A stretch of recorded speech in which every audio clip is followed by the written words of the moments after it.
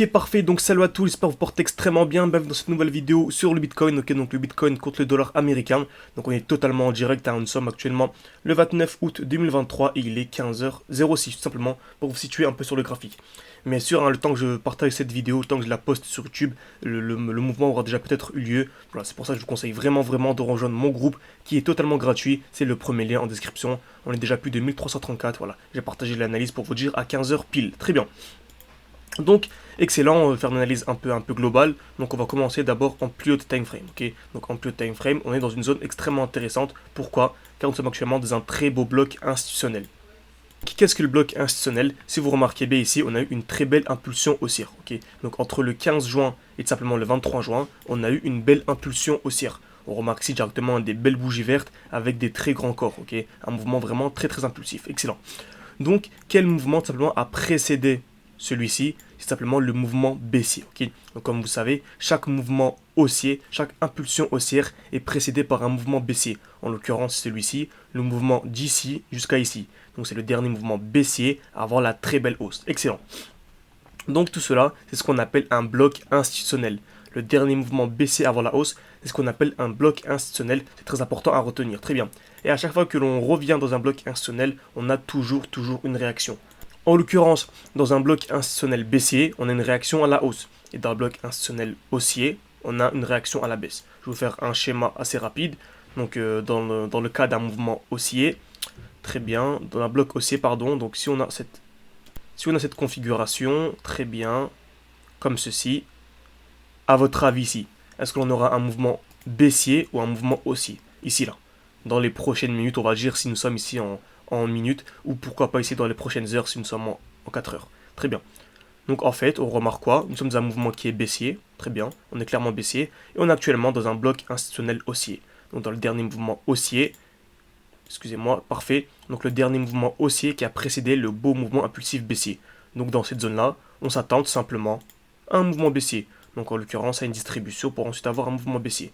Donc dans ce cas-là, donc à contraire, ici, on a un bloc institutionnel. C'est le même cas qu'on a ici sur le Bitcoin. Donc on a un bloc institutionnel baissier avant la belle impulsion haussière. Donc je m'attends tout simplement à un retour à l'intérieur, à une accumulation pour continuer le mouvement haussier, tout simplement. Donc voilà, ici c'est exactement ce que l'on a eu. On a eu un beau mouvement impulsif baissier avant la très belle hausse. Donc je m'attends tout simplement en fait à une réaction dans cette zone. Et on remarque quoi ici? On a clairement une réaction. Ça se passe vraiment de manière parfaite. Pourquoi? Car on a ici une belle impulsion baissière. On remarque qu'on a une très belle impulsion, voilà, magnifique. Et là, comme par hasard, entre guillemets, vous avez bien compris que ce n'est pas du tout du hasard. On est en train de ranger, ok? Donc le marché est en train de accumuler tout simplement. Donc on a eu un ralentissement du marché, ok? On avait ici des belles impulsions avec de très belles bougies. Et dès que nous sommes arrivés dans ce bloc institutionnel, on a eu tout simplement une accumulation. Donc on a eu, voilà, le marché commence à stagner un petit peu. C'est ce qu'on appelle une accumulation, donc c'est parfait, très bien. Donc ici, magnifique, on a une création de QH. Nous sommes venus taper une fois, deux fois quasiment au même niveau. Très belle liquidation. Voilà, très belle liquidation. Donc selon moi, ce lot, ok, est protégé. Donc ce point bas est protégé bien sûr seulement pour la future hausse. Ok, donc tant que nous n'avons pas eu de hausse, selon moi, ce point bas est protégé. Très bien. Exactement ce que l'on a eu ici. Excellent. Donc je peux aller en 1 heure par exemple. On remarque c'est toujours le même principe. On est revenu ici dans un très beau bloc institutionnel. Le dernier mouvement baissier avant la hausse. On a eu une belle accumulation. Donc qu'est-ce qu'une accumulation? On va faire un schéma. Donc admettons que nous sommes un mouvement haussier comme celui-ci, très bien. Donc ici, avec ce qu'on a dit précédemment, on va s'attendre à quoi? Un retour dans ce bloc. Le dernier mouvement baissier avant la hausse, très bien. Donc dès lors que nous venons dans le bloc, on s'attend à quoi? À une accumulation. Donc on va voir qu'est-ce qu'une accumulation? Création de QH, ok, EQL, pardon, excusez-moi, création de QL, liquidation des EQL et COS. Donc qu'est-ce que création de QL? On va taper plusieurs fois à peu près au même niveau. Donc ici, on vient taper une fois, deux fois, trois fois, quatre fois à peu près, voilà, au même niveau. Très bien. Donc là, on a déjà la création de QL. On s'attend à la liquidation des EQL. Vous voyez, hein, à chaque fois que dans toutes mes vidéos, c'est toujours la même chose pratiquement. Je vous conseille vraiment, voilà, de vous attarder sur ces paramètres, etc. Sur vraiment ces configurations. C'est toujours le même principe, c'est toujours la même chose qu'apporte le marché, qu'apporte l'actif que vous analysez. Ça fonctionne toujours de la même manière. Car c'est la smart money qui fait bouger le marché comme vous savez, très bien. Ensuite, liquidation des EQL, donc c'est la liquidation, voilà, la cassure de cette zone-là, et ensuite le COS, c'est-à-dire la cassure dans l'autre sens, et les mouvements aussi, tout simplement. Donc exactement ce que l'on a eu ici, ok. Donc on a eu ici un retour dans le dernier mouvement baissier avant la hausse. On est revenu à l'intérieur et on remarque quoi? C'est toujours la même chose, vous voyez, c'est vraiment magnifique. Hein. Création de QL, on va taper une fois, deux fois, à peu près au même niveau. Je vais même prolonger. Liquidation des EQL, mouvement haussier. Et ensuite on a quoi? Dernier mouvement baissier avant la hausse, on revient à l'intérieur et à l'heure actuelle, on a une nouvelle accumulation. On vient créer des EQL, liquidation et un ensemble de mouvement haussier. C'est pour ça que je vous dis que selon moi, je m'attendais tout simplement à un mouvement haussier. Okay, c'est ce que je vous dis sur mon groupe Telegram. N'hésitez pas à le rejoindre encore une fois. Le premier lien en description.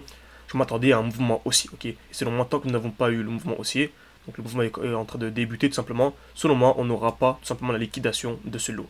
Donc selon moi, ce lot est protégé tant que nous n'avons pas eu au moins un beau mouvement haussier, simplement dans les prochaines minutes, les prochaines heures, vu qu'on est en time frame 15 minutes.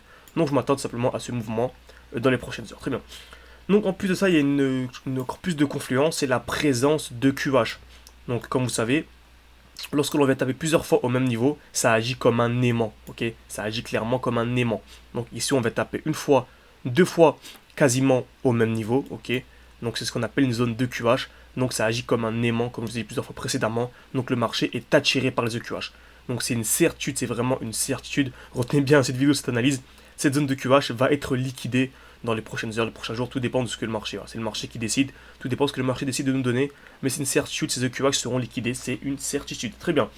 Donc je m'attends à la liquidation des EQH. Très bien. Si je vais en plus petit time frame, je remarquerai quoi? Nous avons une création d'EQL ici. On est venu taper une fois, deux fois quasiment au même niveau.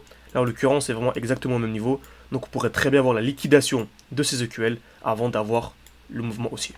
En tout cas, ce qui est certitude, c'est que ces EQL et ces EQH, les deux seront liquidés. Très bien. Après, bien sûr, ces EQH-là sont beaucoup plus puissants que ces EQL. Okay, ces EQH-là, c'est beaucoup plus puissant. On va dire qu'il y a vraiment 99% de chances que ces EQL ces EQH soient liquidés. Et là, on va dire qu'il y a à peu près 80%. Pourquoi? Car on voit clairement des EQH beaucoup plus grands. Okay, donc les EQH ont lieu en plus haut time frame. Par exemple, si je vais en 1 heure, on voit très bien ces EQH, alors que ces EQL sont à peine visibles. Vous voyez? Donc les EQH, les zones de liquidité en plus haut time frame ont beaucoup plus d'impact. Très bien. Donc très bien, qu'est-ce que je pourrais dire de plus sur cette analyse qui est très intéressante? Donc je m'attends tout simplement à un mouvement haussier dans les prochaines minutes. Ok, et ça c'est une certitude, ces EQH seront liquidés. Ok, donc rendez-vous, n'hésitez pas à me dire si cette vidéo vous a plu. Voilà, excusez-moi, j'ai parlé assez vite parce que voilà, j'ai vraiment publié la vidéo le plus rapidement possible. Donc si je bafoue un peu, etc., excusez-moi.